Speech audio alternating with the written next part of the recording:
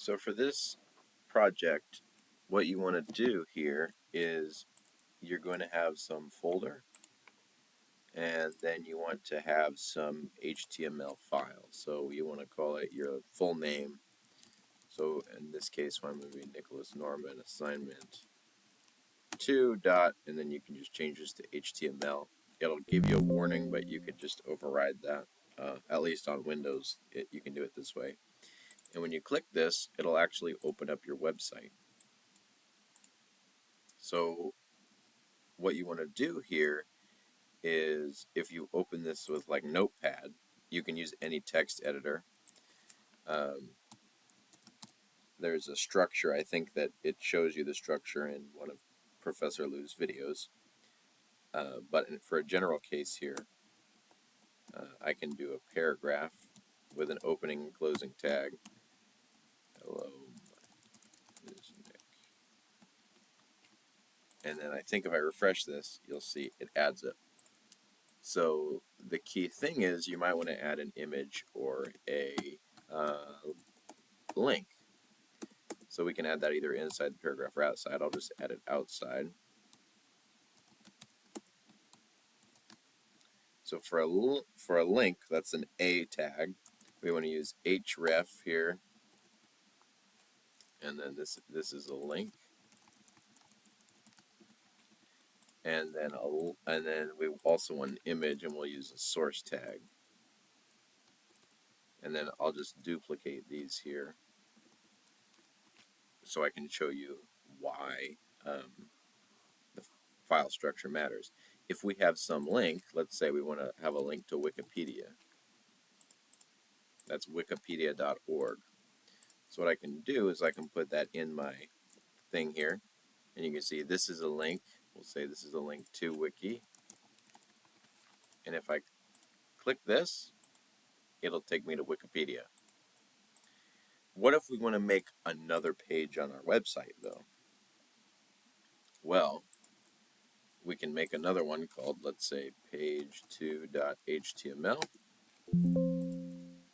And in this one, we'll open this in Notepad again. In this one, we can just have a paragraph that says something like, this is page 2.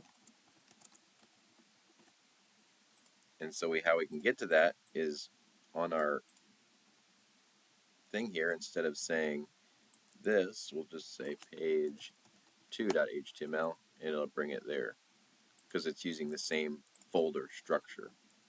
Because all this link is here, this link is the file structure, the file address of my computer. So to simulate that in our code, or in our HTML file, what we'll have to do is we can set the link as, if we just do slash page2.html, what this slash does is, if it's on somebody else's computer or if it's on the internet, they're not going to have the same exact folder structure. So what this means is, if we just put a slash in this document, it'll say, the slash means look at everything else in this folder. So that's why we have to have it in this folder. So it'll look in this folder, it'll find page2.html. And so if I save this here, and I click this, it'll take me to page 2. Yes? Maybe I have to have a dot here. Yeah, sorry. So you actually have to have a dot slash. You can't just have a slash. But you can see now that actually takes me to page 2. Because that dot gets replaced with everything that was on my page beforehand. And likewise, it's a very similar story for images. So if I want to get a dog image, like this for example, I can copy the link, right?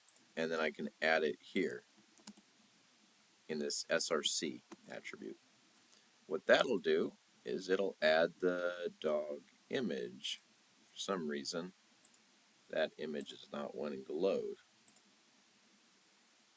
So we'll just find oh, that's a video. Copy image address. Maybe I got the wrong link here. If I do that, there we go. Oh, and that's very large. Let me find a smaller image. More. There should be a way to search for a small image. Tools, size, medium. Sure. We'll just do, here's this picture. Copy. Okay, we don't want to copy the link address. We want to copy the image address. If I do that, hopefully this is a smaller image. Yes. So you can see it added this image. But what if we have our own image that we wanted to add? So for example, let's say I have this image and I drag it to my desktop. Oh, that's an AVIF. I don't want a weird fold file. What about this one? What's this? This is a PNG or something. JPEG, so that's good. If I have my own file and I want to add it, how do I actually add this? So let me rename this to be like dog image, just so it's nice and a short name there. Well, if I go to this folder that we've been using, I can just drag it into the folder. And we can use the same technique of dot slash dog image dot JPEG. So that's what it's going to say is the dot slash is going to look in this folder, see if anything matches, and if it does, it will add it to our page here. Now obviously this looks a little bit like a janky web page. This is not something you would see, but this is not something you would see that would be very nice to look at, but it's just an example of what happens. See, if I drag this dog image out back here, it'll only look in this folder. So if I do this, it'll give you this little broken image icon, which means it can't find the image. So that's the reason you need to have everything in the same folder when you're working on it, and then you need to refresh every time you want to update it. But when you submit it to Canvas, you're going to need to submit each file individually. So after you submit, I'll download all the files and I'll put it in one folder so that it will actually work as you had designed it. So I hope that clears up the confusion. That was kind of a little bit of a longer explanation for how this works, but I hope that was sort of a good explanation for how you need to kind of structure your files here. And I'll just put this up so if you want to pause the video, you can see how I did it here. But otherwise, I hope this helps.